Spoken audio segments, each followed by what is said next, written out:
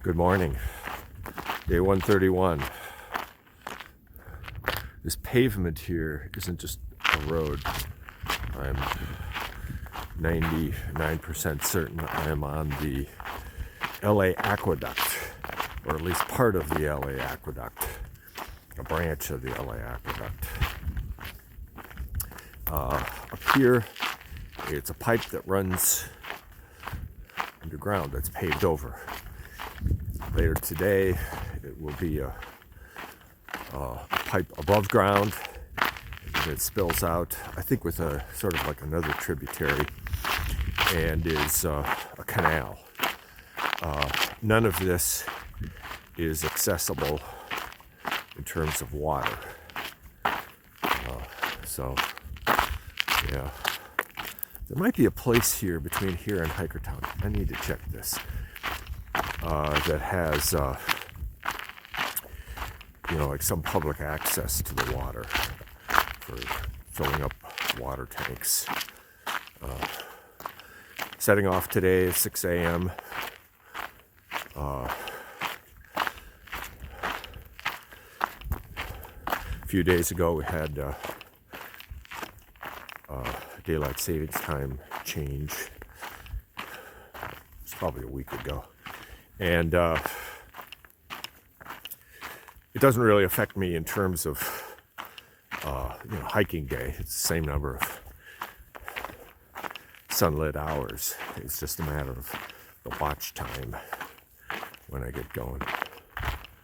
It's a beautiful sunrise here. This is the flattest part of the PCT. The LA Aqueduct is,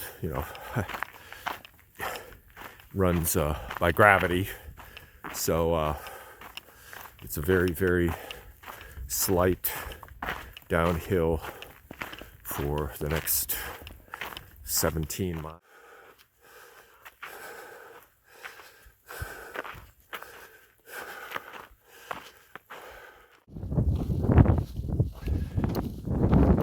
Several hundred miles ago, I started listening to a book on tape, the Decammeron by written in the middle 1300s. It's a historically significant book, and I read it in conjunction with a series of lectures on the Decammeron. So I would listen to a little bit of the Decammeron and then a little bit of the lectures on it. I've done this before,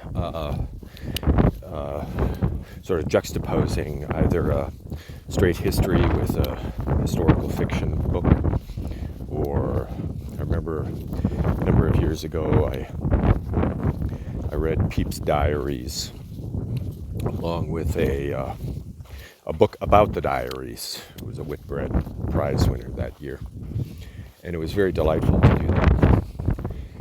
So the Decammeron. Why the Decammeron?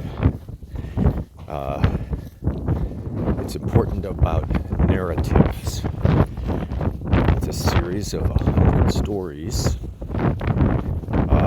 told allegedly over a 10-day period by 10 young people, 7 women, 3 men, in the immediate aftermath of the Black Death hitting Florence. And so they flee the city. They go to a couple villas, basically crash in the villas that have been, everyone has fled. So they make themselves at home. Drink the wine and eat the food and enjoy the gardens, etc. But I read these or listened to these weeks and weeks ago, before I'd ever hit the Sierras, I know. But I will discuss them now because I'm doing a lot of road walking here, and I can hold up my phone, and I don't need to use my trekking poles, and I'm not going to lose my footing and fall down a mountainside. But listening to the Decammeron, I had a few thoughts. So we have 100 stories, and they're very interesting because it's called a frame story, the Decammeron, because it's all very structured. 10 stories from 10 different people on 10 different, or I'm sorry, 100 stories from 10 different people on 10 different days. So you have to see how each story is related to the others that are told on that day, because they flow, and also how they are related to the other stories attributed to each of the 10 individuals. So it's a little complicated.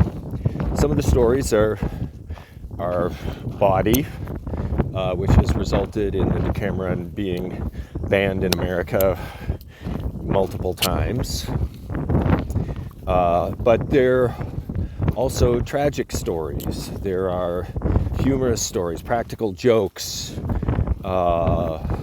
poking fun at powerful people, the clergy, monks and nuns, and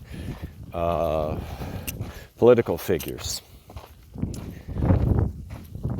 But some things came really shining through. So the first one is it's complicated, and even though I was listening to it in an English translation from a original Florentine dialect, the complicated nature and the rhythms of the language came shining through, and it struck me because it is in stark contrast to how we tend to communicate today. There's no LOL. There's no OMG. There are long sentences, sometimes with pretty sophisticated vocabulary and dependent clauses, and so you really have to think about it word by word as the stories are being told. And this is important, and we've really lost this in our modern world. You don't have to go back too far. Some of the other books that I've listened to on this trip include a long biography by Ron Chernow of George Washington, which included a number of Washington's speeches. And you realize how beautiful these speeches can be, and how important they were, how they weren't just statements. They were designed to move people, to keep his army together, keep the country together. And so much of that has been lost with the soundbite and with performative politics. Some of these speeches, stories, are long-winded. The Decammeron stories are typically not. Many of our forebears were so good at communicating with economy and yet sophisticated language and even syntax. I think of going to the Lincoln Memorial, as I've done more than once, and I look to the right and the left from the statue of Abe in the middle, and engraved on either wall are the Gettysburg Address and his second inaugural speech. And what I do, and actually what I challenge you to do, the next time that you go to Washington, D.C. is not just go and read the words, read them out loud. Listen to the music of the language. People will look at you, but trust me, they'll kind of appreciate what you're doing. And if you're like me, you won't be able to read those, either one of them, without tears coming to your eyes by the time you get to the end. Government of the people, by the people, and for the people.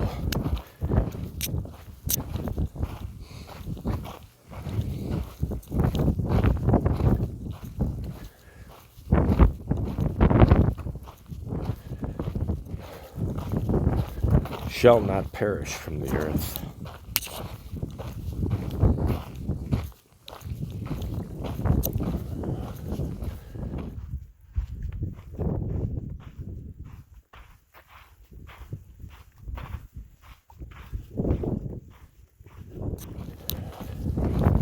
Abe's words strike home.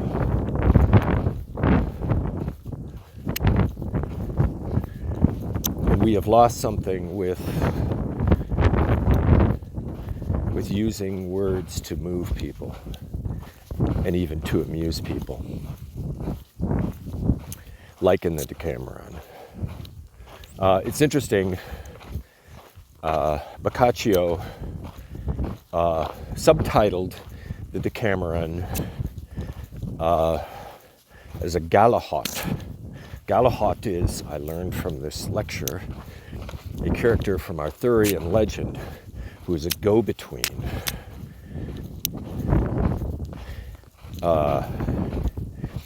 Specifically, the go-between of Lancelot and Guinevere, setting up the initial meeting between the two for the event that would undo Camelot. So he thought this book, the Decammeron, was a form of a Galahot. And apparently, he wrote this, according to an interjection he makes in the midst of the book, because he has suffered from unrequited love. And this is an attempt, apparently, to serve as an intermediary. One of those sort of historical mysteries. But in thinking about stories and language, I've also thought one of the things that gives them value is because we have to work at it. We have to listen to the words, listen carefully to the stories in order to really appreciate them. I've thought of a couple times where I have, the first time, where I've read Antigone in all its parts out loud in public to my wife. First time was on the cliffs of La Jolla in San Diego, overlooking the Pacific. And another time was also on some cliffs in Newport, Rhode Island, overlooking the ocean. Wonderful scenes, of course. But both she and I had to work at it. It's not like watching a movie or having something spoon-fed to you. I needed to ensure that she would understand who was speaking at any given time, and she needed to work at the language to ensure that she was understanding what I was saying. And it occurs to me when I return home, we should find a good setting, and I will read Antigone to her again. I've read a few other things to her in this way, but Antigone is sort of special to us.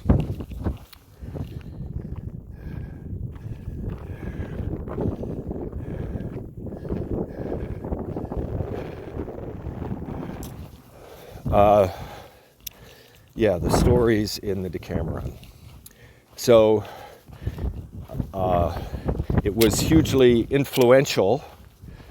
The Canterbury Tales, also a frame narrative, were directly influenced by the Decammeron. And I also learned that Dante's Divine Comedy was not originally called the Divine Comedy, it was just the comedy. It was Boccaccio who called it the Divine Comedy, in contrast to his own work, which was the Human Comedy, sort of as an informal, popular reference, or not exactly the title, but just how people thought of it. So anyway, this is a follow-on to the On narrative and my thoughts on one of the more significant pieces of world literature dealing with narrative, as I'm hiking along the Los Angeles Aqueduct.